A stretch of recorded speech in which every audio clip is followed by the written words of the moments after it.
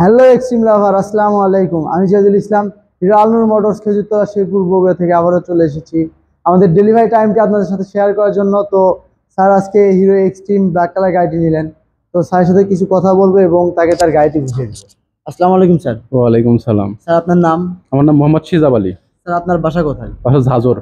তো গাড়িটা নিয়ে আপনার কেমন লাগছে? আমার অনেক ভালো লাগতেছে, অনেকদিনের শখ ছিল গাড়ি কেনার, আজকে শখ পূরণ হলো।